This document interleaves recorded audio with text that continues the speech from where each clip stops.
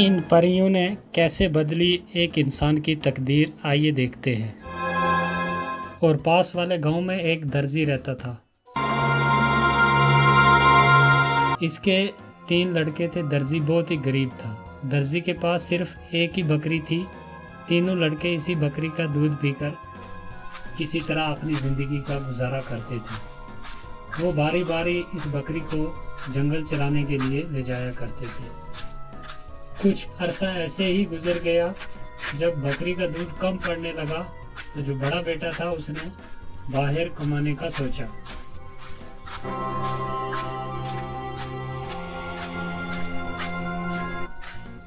फिर वो बाहर कमाने के लिए चला जाता है।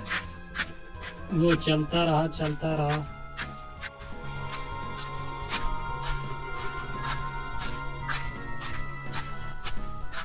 फिर उसे चलते चलते रास्ते में एक व्यापारी मिला।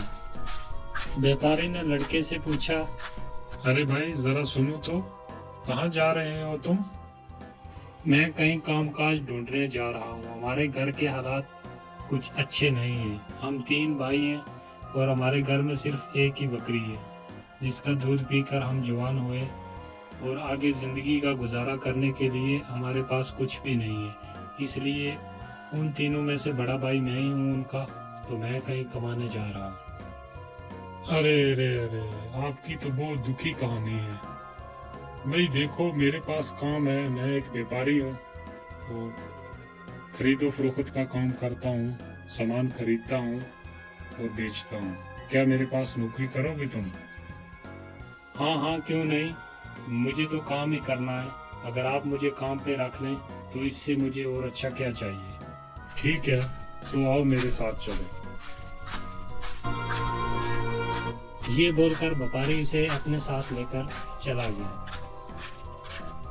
व्यापारी ने लड़के को अच्छे तरीके से खरीदने और बेचने का काम सिखा दिया। लड़का अपना काम बहुत ही बड़ी ईमानदारी के साथ, मेहनत के साथ करता। थोड़े दिनों में व्यापारी के काम को बहुत आगे बढ़ाकर ले गया और व्यापारी बहुत खुश हुआ उस पे। उसकी मेहनत को देखकर उस पे बहुत खुश हुआ और व्यापारी पहले से भी बहुत बड़ा अमीर हो गया। जब काम करते करते कई वर्ष गुजर गए तो एक दिन लड़के ने व्यापारी से कहा, मालिक मुझे छुट्टी चाहिए कुछ दिन के लिए। मैं अपने घर जाना चाहता हूँ। काफी अरसा गुजर गया है आपके पास काम करते करते, तो मैं सोचता हूँ कि एक बार उनसे मिलकर आ जाऊँ।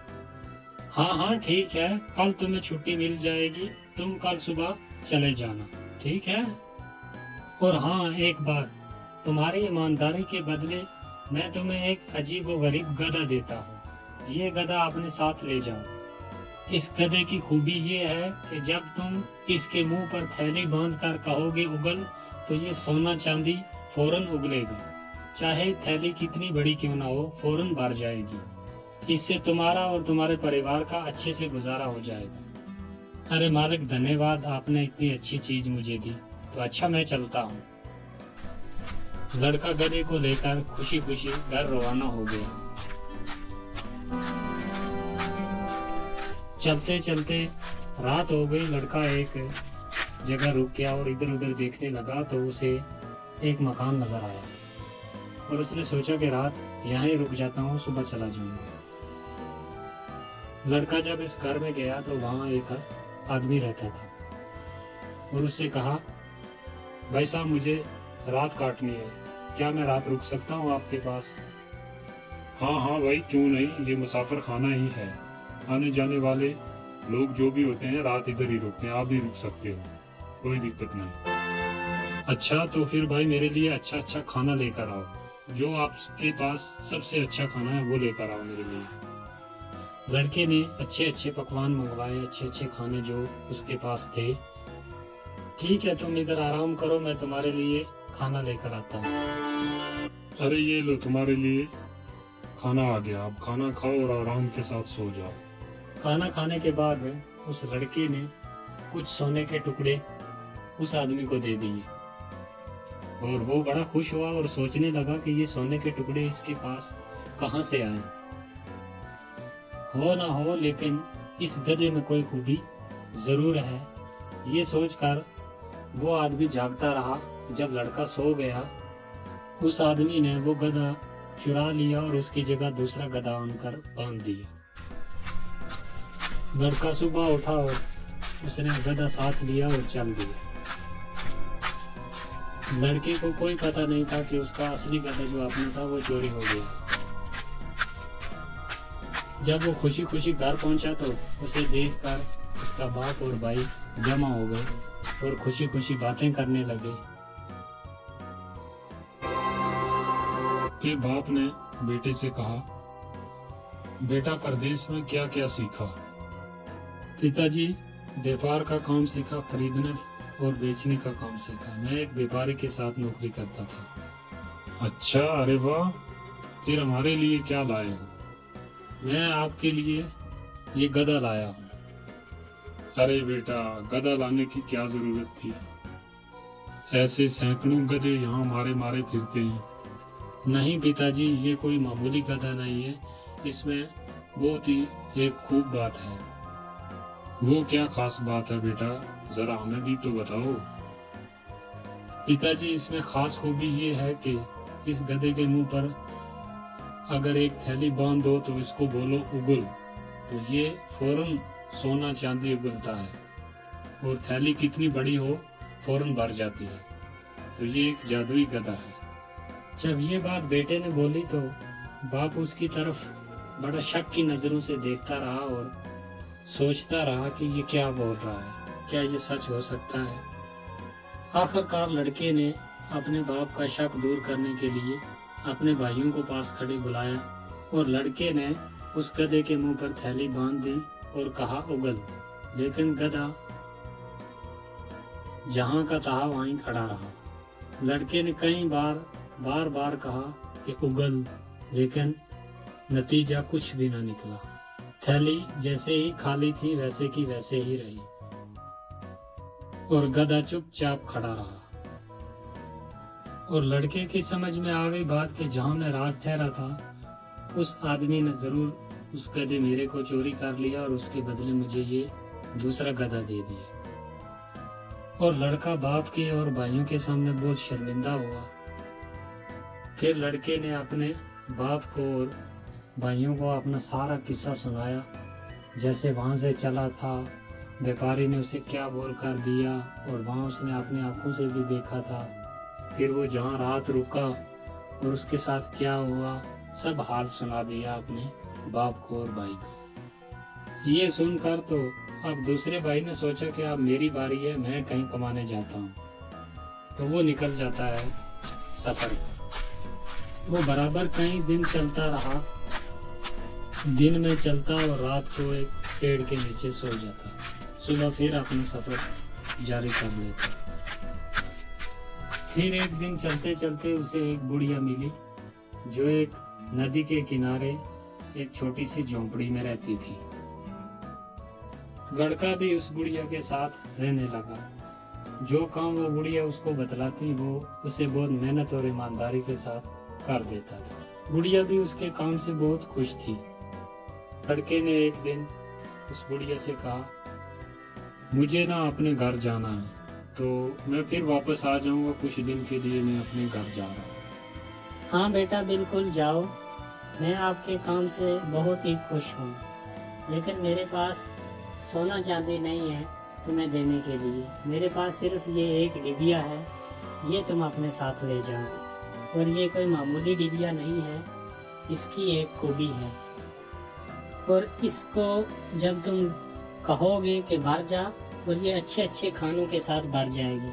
चाहे आदमी कितने भी क्यों ना हो, पेट भर के खाना खा लेंगे। और तुम ये डिबिया अपने साथ लेकर जाओ। लड़का बहुत खुश हुआ और उसने वो डिबिया अपने साथ लाई और चल दिया घर की तरफ। वो भी चलते चलते उसी जगह पहुंच गया जहाँ पर उसका भाई बड़ा जो था वो रात रुका था, उसी आदमी के पास। वो भी वहीं रुक गया रात गुजारने के लिए। और उस आदमी ने उससे पूछा, भाई क्या खाना खाओगे कुछ? अरे नहीं भाई, तुम तकलीफ मत करो, मैं तुम्हें खाना खिलाता हूँ, मेरे पास बहुत खाना है। तुम्हारे पास तो कुछ भी नहीं है, तुम कहाँ से खाना खिलाओगे?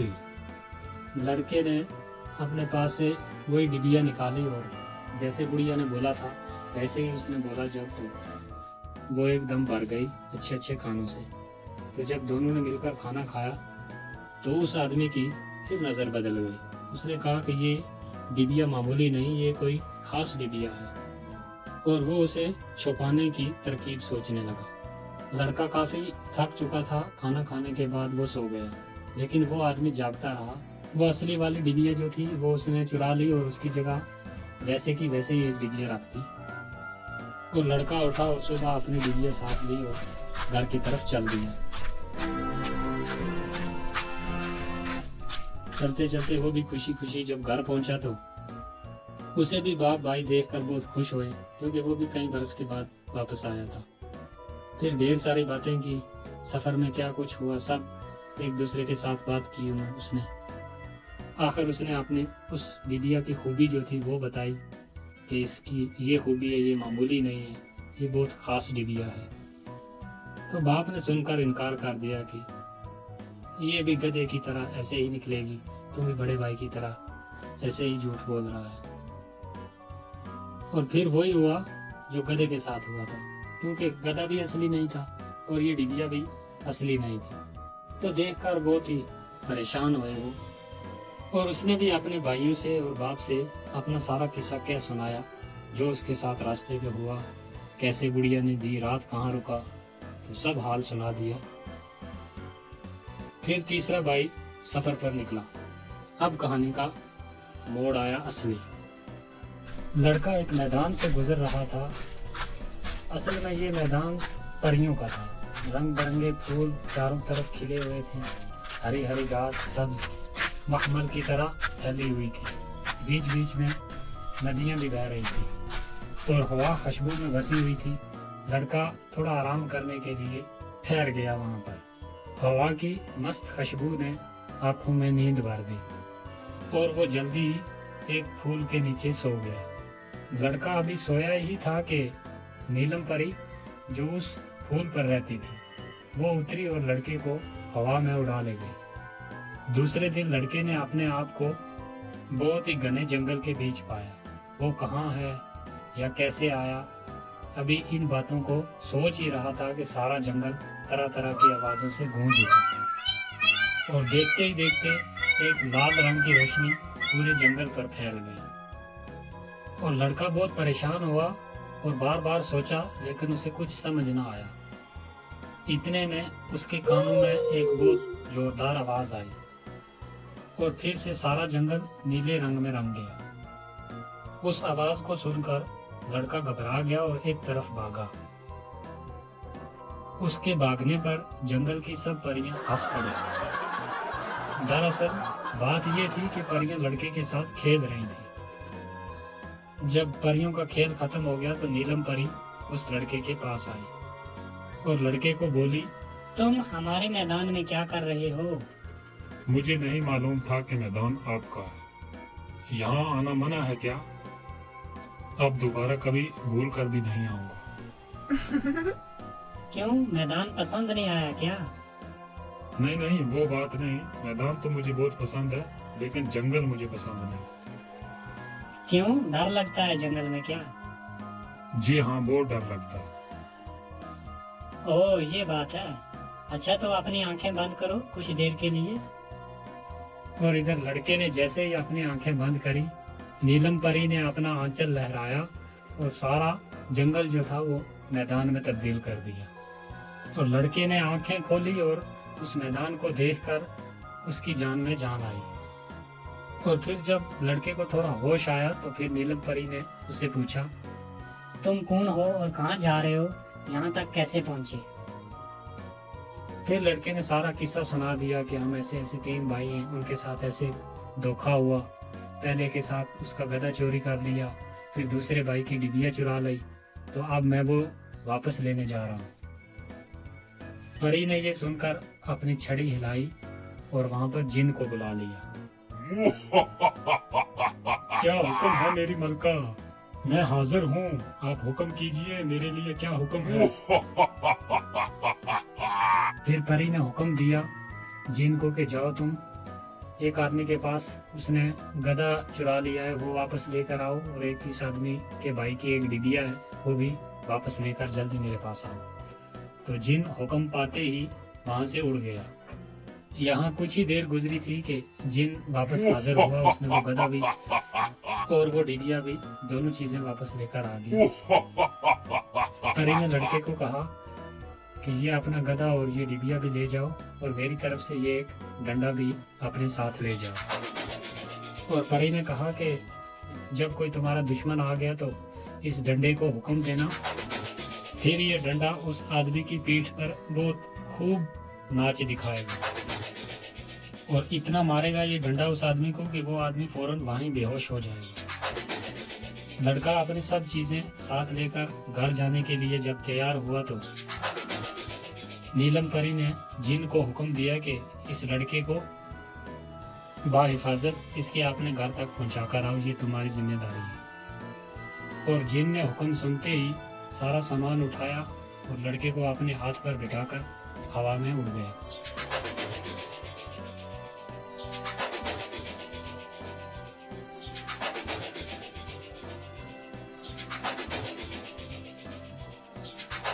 जब सारा सामान लेकर घर पहुंचा तो घर वाले भी बहुत खुश हुए और वो भी उसके आगे अपनी खुशी खुशी जिंदगी गुजारने लगे। तो दोस्तों, कहानी अच्छी लगी तो वीडियो को लाइक करें और चैनल को एक बार जरूर सब्सक्राइब करें।